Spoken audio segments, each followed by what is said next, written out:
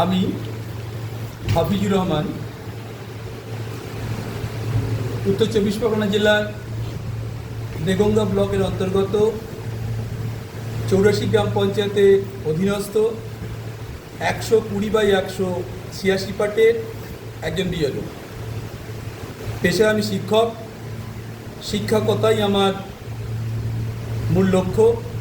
ছাত্রছাত্রীরা যখন কোনো কঠিন বিষয় নিয়ে সমস্যায় পড়ে, আমরা চেষ্টা করি শিক্ষক হিসাবে সেটা সরলীকরণ করতে। একই রকমভাবে বর্তমান পরিস্থিতিতে গোটা দেশের সাথে আমাদের রাজ্যে চলছে SIR অর্থাৎ স্পেশাল ইন্টেন্সিভ রিভিশন।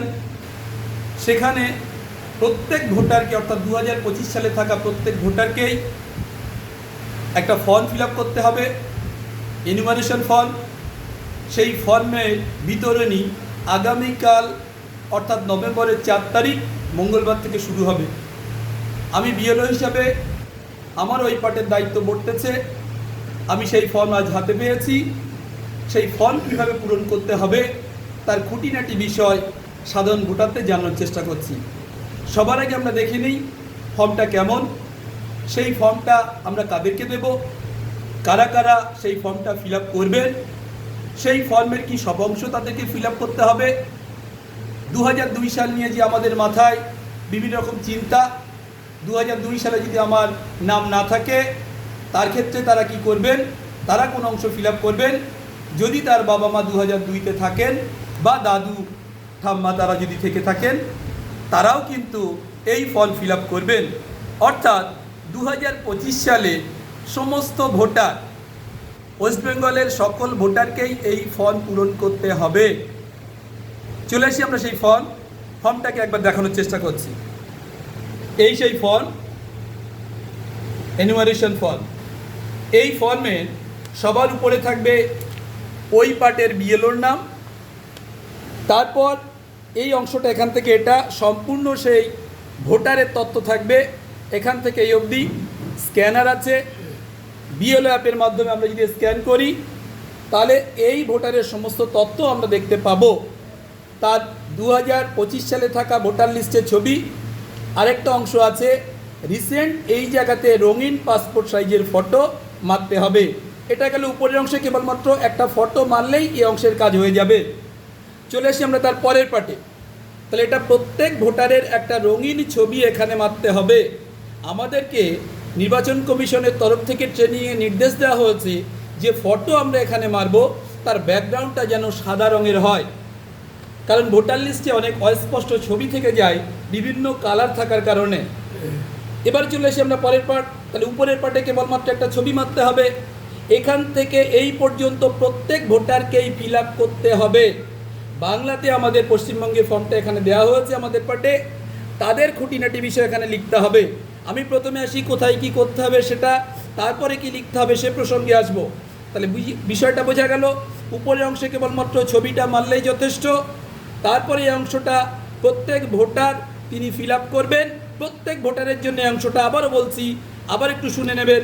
এই অংশটা প্রত্যেক ভোটার ফিল আপ করবেন। চলে আসি তারপরের অংশে। এই অংশটা এই ভোটারের যদি নাম 2002-তে থাকে তবেই তিনি এই অংশটা পূরণ করবেন। আবারও বলছি শুনে নিন, যদি কোনো ভোটার এই যে ভোটারের তথ্য আছে ইনার নাম যদি 2002 সালে থেকে থাকে তবেই এই ভোটার এই অংশটি পূরণ করবেন। যদি তিনি না থেকে থাকেন তবে তার বাবা অথবা মা অথবা দাদু দিদিমা, দাদু ঠাম্মা তারা যদি থেকে থাকেন তাদের এই অংশটা পূরণ করতে হবে। এবার দুটো বিষয় বলি, দুটো ঘরই একসাথে কেউ পূরণ করতে পারবেন না। আবারও বলছি, ভালো করে শুনে নিন। এখান থেকে অংশটা সবার জন্যে, এখান থেকে অংশটা এই পার্টটা যারা ফিল আপ করবেন তাদের কিন্তু এই পার্ট ফিল আপ করা যাবে না। আবার এই পার্ট যারা ফিল আপ করবেন তাদের এই অংশটা ফিল আপ করা যাবে না। তাহলে কারা অংশ ফিল আপ করবেন, কারা অংশ ফিল আপ করবেন সেটা আরেকটু নিখুঁতভাবে জেনে নিই। এই অংশটা তারাই ফিল আপ করবেন যাদের নাম সরাসরি 2002-এর ভোটার লিস্টে থাকবে। তারা তাহলে এই অংশটা কি করবেন, এই অংশে তারা কোনো কিছু লিখবেন না, ফাঁকা রেখে চলে যাবেন। রিপিট করছি, 2002-এ যার নাম আছে তিনি এই অংশটা পূরণ করবেন। এই অংশটা ছেড়ে যাবেন। এবার ধরুন কোনো একজন ভোটারের বয়স 27 বা 28 এরকম কোনো বয়স আছে, স্বাভাবিকভাবে তার 2002 সালে 18 বছর হয়নি, তিনি তখন ভোটার ছিলেন না। তার ক্ষেত্রে কি হবে, তার বাবা অথবা মা যদি ভোটার থেকে থাকেন 2002 সালে, এখনো পর্যন্ত তিনি বেঁচে থাকবেন কি মারা যাবেন ওটা বিষয় নয়। আবার বলছি, যদি তার বাবা অথবা মায়ের অথবা দাদু বা ঠাকুমা তাদের নাম যদি 2002 সালে থেকে থাকে, তাদের তথ্য এখানে পূরণ হবে। মনে করুন আমি একজন ভোটার, আমি 2002 সালের পরে ভোটার হয়েছি, তাহলে এই অংশটা আমার ক্ষেত্রে প্রযোজ্য নয়। তাহলে আমি কোনটা পূরণ করব, এই অংশটি। কার নাম হবে, আমার পিতার যদি ভোটার থেকে থাকেন 2002 সালে অথবা মাতা, সেই পিতার নাম হবে 2002 সালে যেমনভাবে আছে তার এপিক নম্বর সেটাই লিখতে হবে। যদি 2002 সালে দেখা যায় অনেক ভোটারের এপিক নম্বরটা কিন্তু নেই, তারা এখানে ব্ল্যাঙ্ক ছেড়ে যাবেন, অর্থাৎ খালি রেখে যাবেন।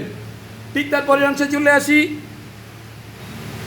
আত্মীয়ের নাম, অর্থাৎ 2002 সালে আমার বাবা যদি ভোটার থেকে থাকেন, ওই 2002 সালে আমার বাবার এখানে আত্মীয়ের নাম হবে আমার দাদুর নাম, সেটাই লিখতে হবে। সম্পর্ক, এই সম্পর্কটা নিয়ে কিন্তু একটু সচেতন থাকতে হবে।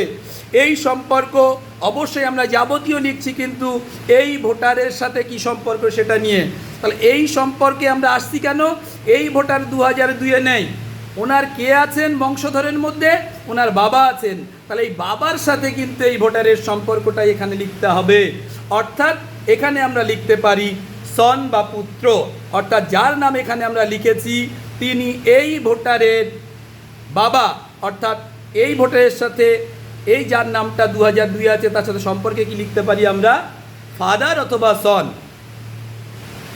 চলে আসি আমরা একেবারে শেষের দিকে। 2002 সালে